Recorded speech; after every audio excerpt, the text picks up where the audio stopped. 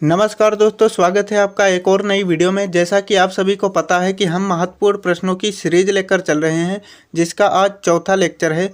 और इससे पहले हम 3 लेक्चर आपको प्रोवाइड कर चुके हैं और उसकी एज इट इज़ PDF भी आपको मिल चुकी है। ये भौतिक विज्ञान का लेक्चर है और रसायन विज्ञान की भी हम सीरीज लेकर चल रहे हैं। और हाल ही में हमने इंग्लिश की भी सीरीज शुरू कर दी है, जिसका पहला लेक्चर आपको मिल चुका है। एज इट इज़ आपको लेक्चर भी मिलते रहेंगे और PDF भी हम प्रोवाइड कर रहे हैं। जो हमारे पुराने सब्सक्राइबर हैं उनको पता होगा कि हम PDF आपको प्रोवाइड कर रहे हैं। अगर आपने अभी तक हमारे चैनल को सब्सक्राइब नहीं किया है तो बिना देरी किए हुए आप सब्सक्राइब कर लीजिए, ताकि आपको एच टी PDF फ्री में, वो भी बिल्कुल फ्री में आपको PDF मिलेगा, कोई चार्ज उसका नहीं लगेगा। और आपको day by day important question भी मिलते रहेंगे, जिससे आप एग्ज़ाम में अच्छा स्कोर कर सकेंगे। तो आज की जो वीडियो है इसमें आपको 5 महत्वपूर्ण प्रश्न मिलने वाले हैं, जो एज इट इज़ एग्ज़ाम में छपने वाले हैं। तो चलिए समझते हैं कौन कौन से प्रश्न हैं और कैसे हमें उन्हें लिखना है। तो पहला यहाँ पर प्रश्न लिखा हुआ है, एम्पियर के परिपथीय नियम का उल्लेख कीजिए। एम्पियर के परिपथीय नियम का उल्लेख कीजिए। अगर आपने ध्यान से पढ़ा होगा, विद्युत आवेश तथा क्षेत्र यानी जो भौतिक विज्ञान का पहला चैप्टर है, उसमें एक गॉस की प्रमेय थी। ठीक उसी प्रकार हमें यहाँ पर देखने को मिलता है तीसरे चैप्टर यानी विद्युत धारा में एम्पियर के परिपथीय नियम, एम्पियर का परिपथीय नियम। गॉस की प्रमेय में क्या था, किसी विद्युत क्षेत्र में किसी गॉसियन बंद जो पृष्ठ होता है उससे संबंधित कुल जो फ्लक्स होता है, वो उस जो पृष्ठ है उस पर उपस्थित कुल आवेश का 1/ε0 गुना होता है। यहाँ पर क्या है, किसी बंद परिपथ की सीमा के अनुदिश चुंबकीय क्षेत्र B का रेखीय समाकलन पथ द्वारा घिरी नेट धारा का μ0 गुना होता है। हमने गॉस की प्रमेय में पढ़ा था, जो चुंबकीय फ्लक्स था वो कुल आवेश का 1/ε0 गुना था। यहाँ पर चुंबकीय क्षेत्र B का रेखीय समाकलन क्या होता है, पथ द्वारा घिरी नेट धारा का μ0 गुना होता है, जैसा कि आप यहाँ पर सूत्र में देख सकते हैं। तो एम्पियर के परिपथीय नियम से जो सूत्र निकलता है उसको समझ लेते हैं। इंटीग्रेशन B.dl इक्वल टू क्या हो जाता है, μ0I। यही यहाँ पर कहा गया है परिभाषा में, और इसी को आपको लिखना है। उम्मीद करता हूँ ये आपको समझ में आ गया होगा। चलिए अब देखते हैं अगले प्रश्न को। अगला प्रश्न है, धारामापी को वोल्टमीटर में कैसे बदलते हैं। ये जो क्वेश्चन है इसका आंसर आप देख सकते हैं कितना छोटा है, लेकिन ये वेरी वेरी इंपॉर्टेंट आप समझ सकते हैं, क्योंकि ये 3 साल पूछा हुआ है और 2025 में भी इसके पूछने के चांस हैं। इसलिए आप इसको तैयार कर लेंगे, 1 नंबर का सवाल है तो ये आपको आराम से तैयार भी हो जाएगा। धारामापी की कुंडली के श्रेणी क्रम में उच्च प्रतिरोध का शंट लगाना होता है, तो क्या धारामापी किस में बदल जाता है भाई, वोल्टमीटर में बदल जाता है। अगर हम बदलेंगे तो क्या लगा देंगे, धारामापी की जो कुंडली होगी उसके श्रेणी क्रम में क्या जोड़ देंगे, उच्च प्रतिरोध का शंट लगा देंगे। फिर ये किस में बदल जाएगा, धारामापी वोल्टमीटर में बदल जाएगा। उम्मीद करता हूँ ये क्वेश्चन आपको समझ में आ गया होगा। बस क्या लगाना है, धारामापी की कुंडली के श्रेणी क्रम में उच्च प्रतिरोध का शंट लगा देना है, फिर धारामापी वोल्टमीटर में बदल जाएगा। अब चलिए देखते हैं अगले महत्वपूर्ण प्रश्न को। अगला महत्वपूर्ण प्रश्न है, धारामापी की धारा सुग्राह्यता को परिभाषित कीजिए। हम इसमें कैसे वृद्धि कर सकते हैं, यानी धारामापी की धारा जो सुग्राह्यता है उसको कैसे हम बढ़ा सकते हैं। पहले हम समझते हैं धारामापी की धारा सुग्राह्यता क्या है। धारामापी की धारा सुग्राह्यता कुंडली में प्रवाहित प्रति एकांक धारा के लिए उत्पन्न विक्षेप के बराबर होती है। यानी जो धारामापी की धारा सुग्राह्यता होती है वो कुंडली में प्रवाहित प्रति एकांक धारा के लिए उत्पन्न विक्षेप के बराबर होती है।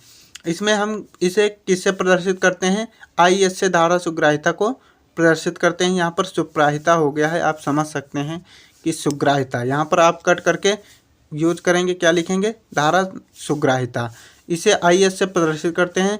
IS इक्वल टू क्या होता है, φ/I। इसमें थोड़ा बहुत चेंज करके, यानी इसका I का मान रख के और φ का मान रख के हमारे पास जो सूत्र आता है वो NAB आता है, और नीचे क्या रहेगा, C, NAB/C। इस प्रकार धारामापी की धारा सुग्राह्यता को कुंडली में फेरों की संख्या n, कुंडली के अनुप्रस्थ क्षेत्रफल a को बढ़ाकर एवं निलंबन पत्ती की मरोड़ी दृढ़ता C को घटाकर बढ़ाया जा सकता है। धारामापी की सुग्राह्यता जो है उसको कैसे बढ़ाया जा सकता है, जो कुंडली में फेरों की संख्या n है और जो क्षेत्रफल a है उसमें निलंबनकारी जो पत्ती है, निलंबन पत्ती की मरोड़ी दृढ़ता यानी सी को घटाकर बढ़ाया जा सकता है। उम्मीद करता हूँ ये क्वेश्चन भी एक दो बार आप पढ़ेंगे तो आपको बिल्कुल क्लियर हो जाएगा। पीडीएफ में लास्ट में बता दूंगा कि आप कहाँ से डाउनलोड कर सकते हैं। और थोड़ी मेरी तबीयत ख़राब है इसलिए आपको थोड़ा बहुत हो सकता है मुँह से मेरे कुछ और निकल जाए, तो आप कोऑपरेट कर लीजिएगा आज के लिए बस। कल मैं आपको स्वस्थ ही मिलूँगा क्योंकि दवाई तो खा ही रहा हूँ। अगला प्रश्न है बायो-सेवर्ट के नियम का उल्लेख कीजिए, सूत्र भी लिखिए। पहले हमें बायो-सेवर्ट के नियम का उल्लेख करना है, फिर क्या करना है, उसका सूत्र भी लिखना है। बायो-सेवर्ट के नियम के अनुसार किसी चालक तार में धारा प्रवाहित करने से उसके चारों तरफ उत्पन्न चुंबकीय क्षेत्र चालक की लंबाई dl के अनुक्रमानुपाती, चालक में बहने वाली धारा I के अनुक्रमानुपाती, चालक की लंबाई और बिंदु P को मिलाने वाली रेखा के बीच बने कोण के अनुक्रमानुपाती तथा बिंदु P की दूरी r के वर्ग के व्युत्क्रमानुपाती। यानी ये जो चालक बायो-सेवर्ट के नियम के अनुसार चालक में अगर धारा हम प्रवाहित करते हैं तो जो उसमें उत्पन्न चुंबकीय क्षेत्र होता है वो चालक की लंबाई यानी सूक्ष्म लंबाई dl के अनुक्रमानुपाती और चालक में बहने वाली धारा के भी अनुक्रमानुपाती, और इसमें जो चालक की लंबाई और बिंदु P को मिलाने वाली रेखा के बीच जो कोण बनता है साइन थीटा उसके भी अनुक्रमानुपाती, और बिंदु P की दूरी जो r होती है उसके व्युत्क्रमानुपाती होगा, r के वर्ग के व्युत्क्रमानुपाती। तो यहाँ पर हम समीकरण बनाते हुए चलेंगे। पहले ये किसके अनुक्रमानुपाती है, चुंबकीय क्षेत्र B जो है वो अनुक्रमानुपाती है चालक की सूक्ष्म लंबाई यानी dl के अनुक्रमानुपाती। तो पहला ये हमने एक समीकरण बना लिया, समीकरण पहला हो गया ये। अगला जो समीकरण रहेगा उसमें कहा गया है कि भाई जो चालक में प्रवाहित धारा है वो चुंबकीय क्षेत्र के अनुक्रमानुपाती है, या अनुक्रमानुपाती चुंबकीय क्षेत्र होता है किसके, भाई चालक में प्रवाहित धारा के। तो ये हमने समीकरण 2 बना लिया। फिर आगे कहा गया है कि जो बिंदु P की दूरी है उसके वर्ग के व्युत्क्रमानुपाती होता है चुंबकीय क्षेत्र। तो यहाँ पर हमने जो बिंदु P की दूरी थी उसका वर्ग कर लिया है और इसके व्युत्क्रमानुपाती क्या कर दिया है, चुंबकीय क्षेत्र। ये समीकरण 3 बना लिया है। अब हम लिखेंगे आगे समीकरण 1, 2 व 3 से। 1, 2 तीनों को हम मिलाकर जो कंबाइंड सूत्र बनता है वही हमें प्राप्त करना है। तो यहाँ पर अगर देखें तो ये जो चुंबकीय क्षेत्र है I dl साइन थीटा के अनुक्रमानुपाती हो जाएगा और r स्क्वायर के व्युत्क्रमानुपाती हो जाएगा यहाँ पर। और ये जो प्रोपोर्शनल या समानुपाती का चिन्ह है इसको हटाने के बाद एक नियतांक आता है, यहाँ पर आप देख सकते हैं μ0/4π। ये जो आप देख रहे हैं ये अल्फ़ा जैसा बना हुआ है यहाँ पर। ये प्रोपोर्शनल का चिन्ह यानी समानुपाती जो है इसका चिन्ह हटाने के बाद क्या आता है भाई, μ0/4π आता है। यही यहाँ पर हमें यूज़ करना है। तो चुंबकीय क्षेत्र क्या हो जाएगा, B = μ0/4π I dl sine theta r square. यही मेन इसका सूत्र होगा। बायो-सेवर्ट के नियम के अनुसार जो चुंबकीय क्षेत्र का सूत्र निकलता है वो यही निकलता है। और जहाँ पर μ0/4π एक नियतांक है तो इसका मान कितना होता है, 10⁻⁻7। जहाँ पर भी हम यूज करेंगे 10⁻⁻7 यूज करेंगे, यानी जहाँ पर भी μ0/4π आ जाएगा तो वहाँ पर हम क्या रख देंगे भाई, 10⁻⁻7 यानी 10⁻⁻7। इसका यानी चुंबकीय क्षेत्र का मात्रक भी यहाँ पर पूछ लेता है कभी कभी MCQ में, लेकिन हमें तो यहाँ पर बायो-सेवर्ट के नियम के अनुसार लिखना ही है। तो इसका मात्रक क्या हो जाता है, वेबर प्रति मीटर होता है। क्या मात्रक होता है, वेबर प्रति मीटर। उम्मीद करता हूँ ये प्रश्न भी आपको क्लियर हो गया होगा। अब चलिए बात करते हैं लास्ट जो प्रश्न है हमारा, और वो भी महत्वपूर्ण प्रश्न। अगला प्रश्न है अनुचुंबकीय तथा लोह चुंबकीय पदार्थों में मुख्य अंतर क्या है।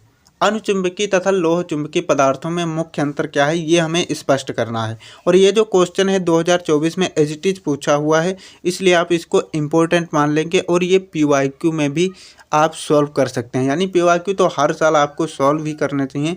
तो मैं आपको PYQ भी कराता हुआ चल रहा हूँ। इसमें आपको जितने भी इम्पोर्टेंट क्वेश्चन है वो सब मिलते रहेंगे, इसके लिए आप चिंता मत कीजिएगा।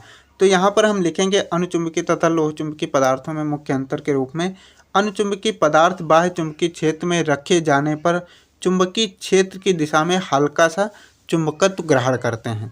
यानी जो अन्य चुंबकीय पदार्थ हैं वो बाह्य चुंबकीय क्षेत्र में रखे जाने पर चुंबकीय क्षेत्र की दिशा में हल्का सा चुंबकत्व ग्रहण करते हैं, यानी चुंबकित हो जाते हैं, आकर्षित हो जाते हैं, ये बोल सकते हैं आप कि चुंबकीय क्षेत्र की दिशा में हल्का सा आकर्षित हो जाते हैं अन्य चुंबकीय पदार्थ। जबकि लौह चुंबकीय पदार्थ बाह्य चुंबकीय क्षेत्र में रखे जाने पर चुंबकीय क्षेत्र की दिशा में शक्तिशाली चुंबकत्व ग्रहण करते हैं, यानी जो लौह चुंबकीय यानी लोहा ही आप समझ लो, लोहा को अगर चुंबक के पास ले जाओगे तो वो एकदम तेजी से चुंबक के पास चला जाएगा, यानी चुंबक की ओर आकर्षित हो जाएगा। तो अणुचुंबकीय क्या है, वो हल्का सा आकर्षित होता है, वो हल्का जाता है यानी थोड़ा बहुत। और लेकिन जो लोह चुंबकीय है वो क्या है, वो एकदम से चुंबक के पास चला जाता है, यानी चुंबक की क्षेत्र की दिशा में शक्तिशाली चुंबकत्व ग्रहण करता है। उम्मीद करता हूँ ये क्वेश्चन भी आपको क्लियर हो गया होगा। चलिए अब बात करते हैं कि आप इसकी फ्री में पीडीएफ कहाँ से डाउनलोड कर सकते हैं। पीडीएफ के लिए आपको जाना है टेलीग्राम में। अगर आपने टेलीग्राम डाउनलोड नहीं किया है तो प्ले स्टोर से डाउनलोड करके उसको लॉगिन कर लेंगे। लॉगिन करने के बाद आप उसमें सर्च करेंगे BRGK बाय विपिन।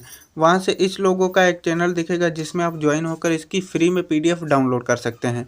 अगर आपको वहाँ से पीडीएफ नहीं मिलती है तो आप जाएंगे चैनल के अबाउट सेक्शन में, वहाँ पर भी मैंने इसका एक लिंक दे दिया है, जहाँ पर आप क्लिक करेंगे तो डायरेक्ट चले जाएंगे टेलीग्राम में, वहाँ से आप इसकी फ्री में पीडीएफ डाउनलोड कर सकते हैं। मिलते हैं कोई नई वीडियो, तब तक के लिए लाइक शेयर और सब्सक्राइब कर देना। जय हिंद।